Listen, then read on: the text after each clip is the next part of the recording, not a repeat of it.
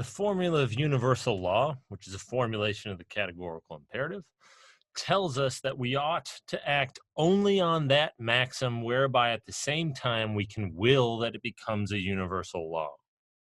What exactly does that mean? That's what we're going to try to figure out now.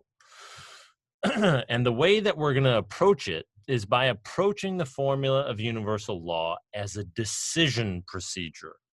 Now, what that means is that the formula of universal law, it gives us a kind of step-by-step procedure which we can apply to any proposed course of action and figure out whether or not it's right or wrong, whether or not it violates the categorical imperative. It's a kind of mechanical procedure that you just need to kind of crank things through and it's going to spit out an answer. It's like an algorithm kind of. You just put in an input and it's going to spit out an output. Something like that. Kant's not entirely clear about this. Commentators on Kant, however, have thought that this is what Kant is up to. And this decision procedure has 4 steps. And so this decision procedure is a way for thinking of what the formula of universal law is really telling us to do. And there are 4 steps to it that we're going to proceed through. Kant never isolates these 4 steps. This is something that commentators have done kind of on Kant's behalf. What I'm going to do is I'm going to give you what the 4 steps are, and then we're going to see a bunch of examples. Because Kant himself, immediately after giving the formula of universal law, gives a bunch of examples. We're going to go through Kant's examples. So the first step of this decision procedure, and I should say, this decision procedure will become clearer. What the steps are will become clearer as we proceed through the examples. But here's what that decision procedure is. First, so think of it like this. This is how we'd use it. You're trying to figure out whether or not it's morally permissible to act in some particular way. Is it morally permissible? Is it okay to cheat on this test? I really need the good grade. I really whatever, right? Or is it okay to tell her a lie about this or that or whatever, right? You're trying to figure it out. You would use this formula of universal law. You'd use this 4-step test, according to Kant, to figure out whether or not your proposed course of action is morally permissible. So the first step would be formulate a maxim, a statement of intentions that enshrines your reason for acting as you propose. That's the first step, right? You just formulate a maxim. Your second step, recast that maxim as a universal law of nature. That is to say, imagine a world where everyone is acting on that maxim at the same time. Imagine that maxim were to be a universal law of nature, right? And so what he has in mind here when he's talking about a universal law of nature is something like the law of gravity, right? The law of gravity is a universal law of nature. It applies to everything all the time. What he's saying in this second step is that we're supposed to imagine, right? This would never actually happen. This could never actually happen. We're imagining that our maxim were to become a universal law of nature. And so everyone were acting on it. It wasn't just the case that everyone ought to act on it. No, we're imagining a world where everyone is actually acting on it. Right? That's the second step. These worlds that we imagine when we use this test, they're going to be really weird. That's fine. But the crucial question, and this is the third step, is whether such a world is even possible. If it's possible, but really weird, well, it passes the third step. Maxims can fail this third step. We'll talk about what happens if they fail in just a second, but let's get the fourth step out there. So let's say the world is possible. So we formulate a maxim. We imagine that maxim as a universal law of nature. That is to say, we imagine everybody acting on that maxim. Is it possible for everyone to act on that maxim? Is a world where everyone acts on that maxim possible? That's what the third step is asking. Another way that Kant puts it, if everyone were acting on that maxim, would I too be able to act on it? Right? And if the answer is yes, you go to the fourth step. You ask yourself whether you could rationally will to act on your maxim in such a world. That's the fourth step. What exactly that means is a bit mysterious. We'll return to it when we look at the examples. Right? So there's your fourth step. There's your four-step test. Maxims or proposed courses of action can only fail at the third and fourth step, right? The first two steps just give us steps that we got to go through. And it's only once you get to the third or fourth step that you can get failure or passing. And so we end up with three possible results. You fail the third step, or you pass the third step and fail the fourth step. That would be the second result. Or you pass all the steps. That would be the third result, right? Three possible results. Now, if you fail the third step, Kant says you have a perfect duty to not act upon your maxim. That is to say, you must always act on that duty. You must always be performing that duty, so to speak. You have a perfect duty not to act upon that maxim. You must never act upon that maxim. It is always, in every circumstance, morally impermissible to act in that way. If your maxim fails the third step, if your proposed course of action fails the third step, you have a perfect duty not to act in that way. But let's say a maxim passes the third step, right? And a perfect duty just means you must never act in that way. If you have a perfect duty not to act in some way, that means you must never act in that way. If you have a perfect duty to act in some way, that means you must always act in that way. Second possibility, right? So the perfect duty means always, right? You might pass the third step, but fail the fourth step. Kant thinks that if your maxim fails the fourth step, well, then you have an imperfect duty to not act upon that maxim. And so we get a different kind of duty. Imperfect duties are no less duties. There's nothing wrong with them. That's not what he means by calling it imperfect. What he means, and this is going to become clear once we get more examples, but by an imperfect duty is a duty that doesn't always need to be fulfilled, but must be fulfilled at some time or other. So just to give you some examples to understand this distinction between perfect and imperfect, Kant would think that you have a perfect duty not to murder. That means you have a perfect duty. You must never murder. Yeah? Perfect. Must never murder. He would say you have an imperfect duty to, and we're going to see his argument for this, to help out people when and where you can. You have an imperfect duty to do that. And what that means is that at some time or other, you need to help out people, right? You have an imperfect duty to help out people. That means at some point or other, you should help other people out. You don't need to always be helping people out. At some point or other, you must help people out. That's an imperfect duty. At some point or other, you have to fulfill this. Not all the time, but at some point or other. Whereas a perfect duty, you must fulfill it all the time. Right? So that's what happens if you fail. A maxim might pass all the steps. And if a maxim passes all the steps, then it's morally permissible to act on it. Right? Those are the three possible results. You either have a perfect duty not to act upon the maxim, you have an imperfect duty not to act on it, or it's morally permissible. You don't get moral obligations to act on maxims through the test. You get moral obligations not to act on maxims through the test. But as we're going to see, Kant thinks that can be translated into what you might call positive duties, duties to act in particular ways, duties to do particular things. But those are the three results, right? So if something passes, all the steps. That doesn't mean you must act in that way, right? It means it's merely morally permissible.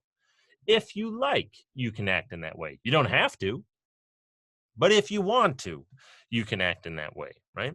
That's what if a maxim passes all the steps, that's the result. It's morally permissible. It's not morally obligatory. You don't have to, but if you like, you can act on that maxim, right? That's the 4-step test. That's an attempt to get clearer about what exactly the formula of universal law is stating, how exactly it works. This is supposed to be a kind of elaboration of the formula of universal law. Now, let's turn to Kant's examples. So Kant uses the formula of universal law to derive a bunch of moral duties, or to derive 4 of them. We're going to go through those examples using this 4-step test, using this decision procedure. And as we proceed through it, we'll get a clearer view of how exactly it works, of what exactly these steps mean.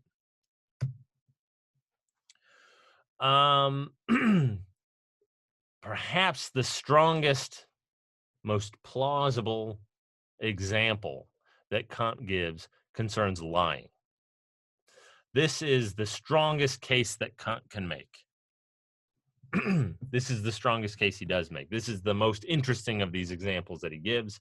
And in people's view, this is the most plausible of the examples he gives.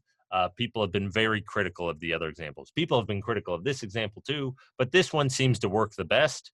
And this is what's really important, it illustrates the formula of universal law and that 4-step test the best. If you're trying to think through how that 4-step test works, turn to this example, the example of lying. The other examples are not nearly so clear. They don't illustrate the idea nearly so well. All right. So let's start with the 4-step test. We're going to consider something like lying. The maxim that Kant considers here, he considers making a lying promise to borrow some money, to get some money. And so the maxim is going to be something like, when I need money, and I can get some by borrowing on a false promise, right? So I can get some from you by promising to pay you back, but I know I'm not going to, right? That's a false promise. Yeah, I'll pay you back, but I'm not going to pay you back. Well, then I'll borrow the money and promise to repay, even though I know I won't be able to, so I can get that money. That's our maxim. And so now what we're going to do is we're going to run that maxim through this test. I mean, we've already kind of started the test, right? That's the first step of the test. We're going to run it through the rest of the steps of the test to see whether or not it's morally permissible to act in that way. So the second step, we recast that maxim as a universal law. We imagine everyone acting in that way. So everyone makes these lying promises when they need money. Third, is such a world possible? Or another way of putting that question, could I act on my maxim in such a world? And Kant's answer is no. I could not act on that maxim in a world where that maxim was a universal law. Because if everyone lied whenever they needed money, well, the institution of promising would be undermined. If everyone lied whenever they needed money, no one would believe promises anymore. Certainly not at least promises about, paying back money. If everyone lied whenever they borrowed money, no one would lend out money anymore. And therefore, it'd be impossible to make a promise. I wouldn't be able to make a lying promise if everyone made lying promises. And so it wouldn't be possible for me to act on that maxim in that world. And so that maxim fails the third step. And so you have a perfect duty not to make these kinds of lying promises. More generally, so Kant, his specific example is limited to making these lying promises about money. But the same idea could apply to really any kind of lie. And so according to Kant, we have a perfect duty not to tell lies. It is always immoral to lie. That's the result. And we can see how universalizability shows up here, right? Making a lying promise is not universalizable. It's not the kind of thing that everyone could do. And so when I do lie, I'm kind of making an exception for myself. I'm acting in a way that not everyone could act. That's wrong. That's the mark of morality, according to Kant. That's the lying promise example. If you're trying to think through how the four-step test works, this is a good one to go to, because this one really illustrates the four steps, or the three steps, I should say. We don't get to the fourth step, right? If you fail the third step, you don't go to the fourth step. So this one really illustrates the three steps, at least, very well, right? Again, at that second step, when you're imagining everyone acting in that way, it's not the case that everyone might act that way, or that it'd be a really nice world. None of that matters. That it's really implausible that everyone would ever act that way. Yeah, that's true, but that doesn't matter. What matters is whether it's even possible, right? Whether such a world is even possible. And in this case, it's not. Let's consider another example. So this, in other words, would be how Kant would derive the duty not to lie. It violates the categorical imperative, and so in Kant's view, it violates practical reason, is what Kant would want to say. Let's consider another example. Suicide. Kant's now going to attempt to show us that suicide is morally impermissible. Now, this example doesn't work as well, I think, in my or in pretty much anybody's view as the previous example, the lying example. Four-step test again. Formulate a maxim, okay. Here's the maxim. When continuing to live will bring me more pain than pleasure, right? So when my life has just become full of sorrows and it's painful even to go on living, somewhat similar to the example that we were talking about earlier with suicide when we were talking about the first proposition.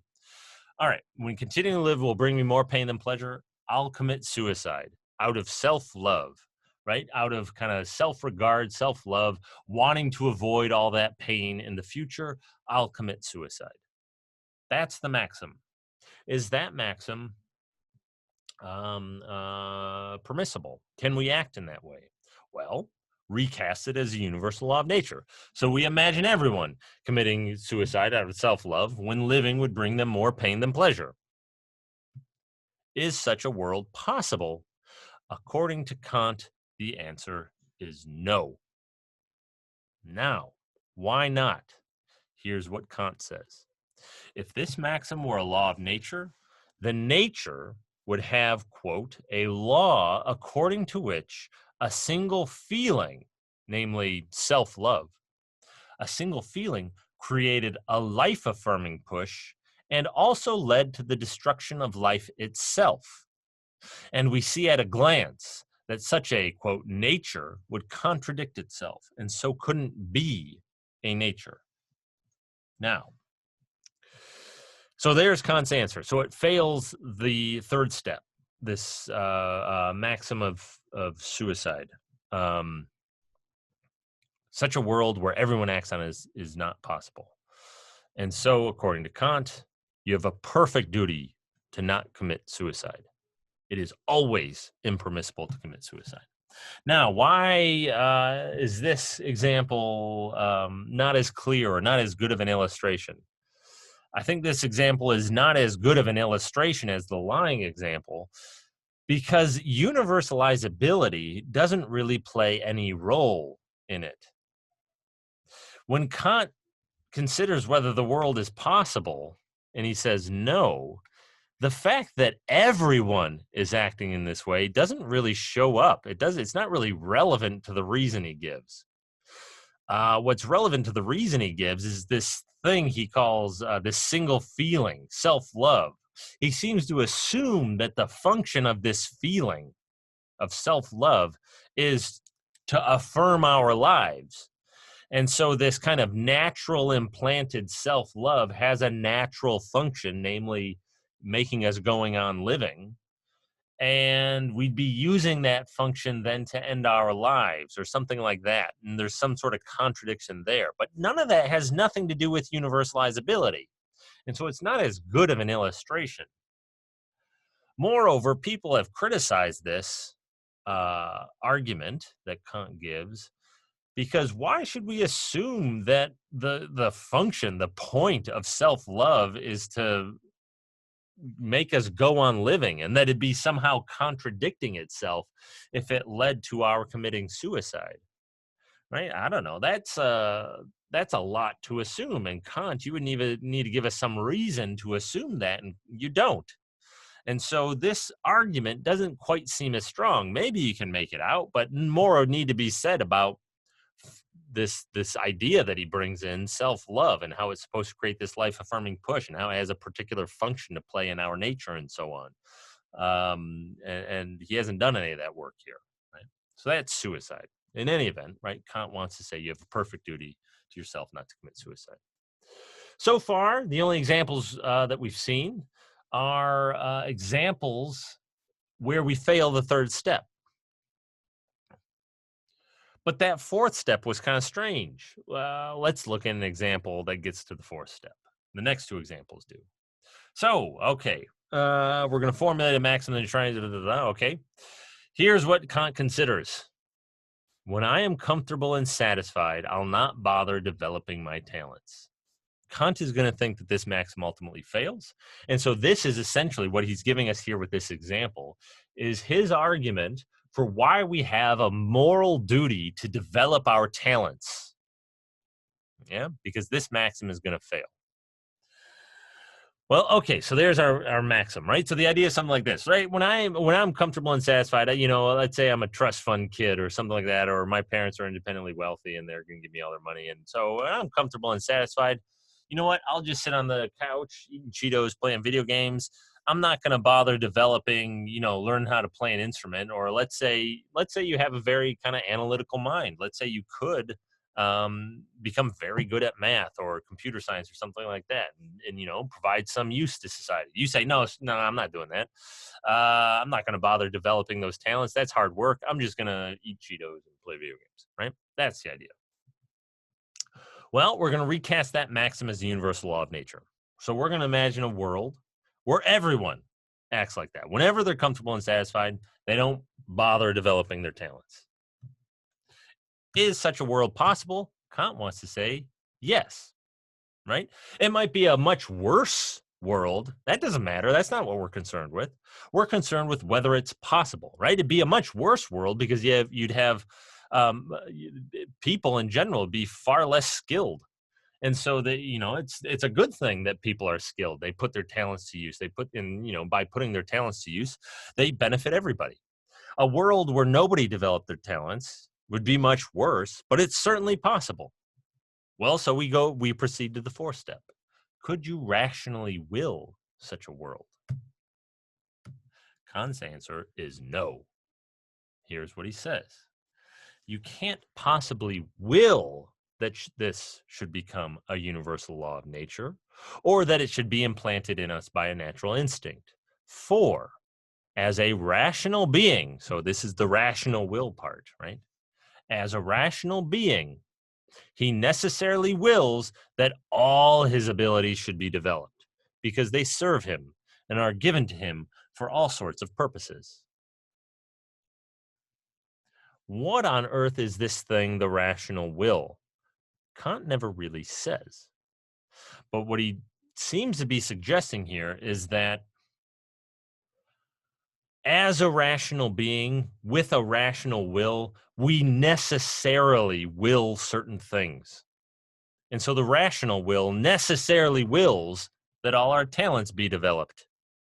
All our abilities should be developed. And so you couldn't rationally will such a world. And so this maxim fails the fourth step, and therefore you have an imperfect duty to develop your talents. That is to say, this duty to develop your talents must be fulfilled at some time or other. You don't always need to be learning to play piano. You don't always need to be practicing piano, but at some point or other, You should develop your talents. And if you have a talent for piano, at some point or other, you should develop that talent. Now, the crucial premise here is this idea that as a rational being, you necessarily will to develop all your abilities, right? Because that's essentially why it fails the fourth step. And so you might very naturally ask, well, why think that? I mean, essentially, what Kant is doing at this fourth step is simply asserting that you couldn't rationally will such a world, that necessarily the rational will wills that all its abilities be developed. Well, why? Why think that? What is it about the rational will that does that? Why think that? Kant does say, well, because they serve him and are given to all sorts of purposes. Well, I don't know. I mean, maybe nonetheless, you don't will that.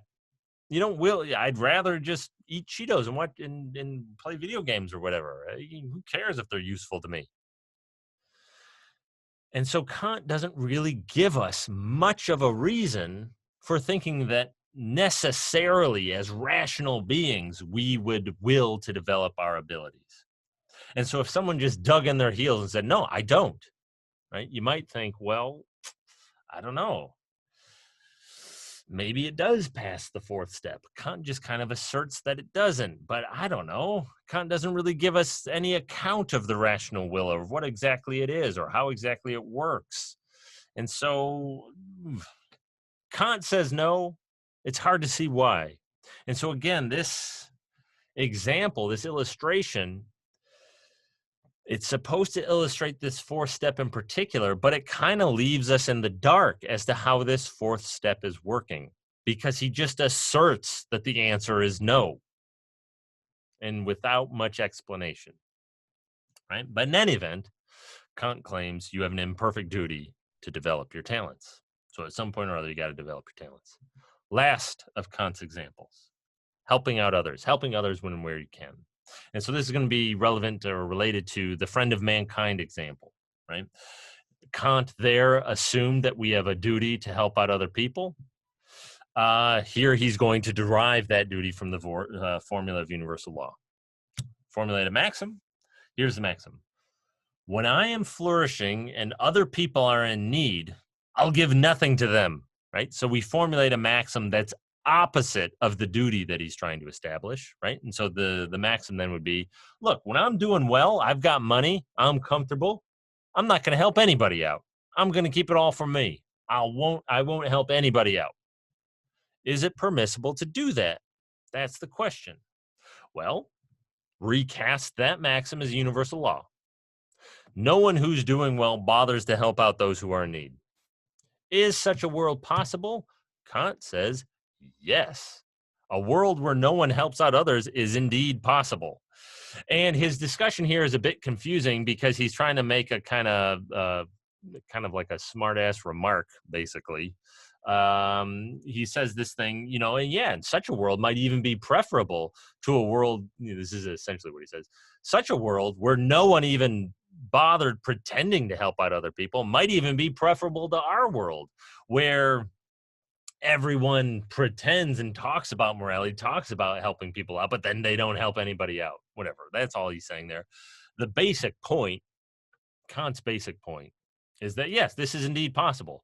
Again, it might be a bad world. It might not be a very nice world. People might be miserable and might be very impoverished and so on. That's not what's at issue.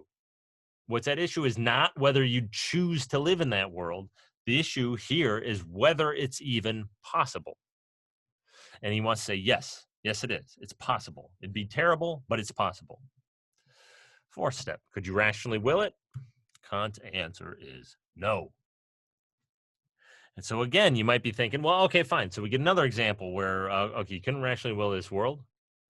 Maybe this will help shed some light on this weird fourth step, this rational will. Here's what Kant says. A will that brought that about, a world like this, would conflict with itself, since instances can often arise in which the person in question would need the love and sympathy of others, and he would have no hope of getting the help he desires, being robbed of it by this law of nature springing from his own will. So here's Kant's idea. You couldn't rationally will this. Why? Well, let's imagine you try willing it. And so, with what we're talking about, you will it as a universal law. You will everyone to act on it. And so, you will that no one who is flourishing bothers to help those who are in need. Okay, so that's what you will, and that's becoming a universal law. Well, look, it might so happen that you yourself become impoverished, that you yourself find yourself needing help. And if you were in that situation, you would want other people to help you. You would will that other people help you. And so we have a conflict in the will. On the one hand, you're willing other people to help you. You want other people to help you. You're willing that. That's on the one hand. But then on the other hand, you've willed that no one help anybody out, right? That's the universal law you've created. And so we get a conflict. You get a contradiction. You're willing two different things that are contradictory of each other. Well, okay. And so the maxim fails the fourth step.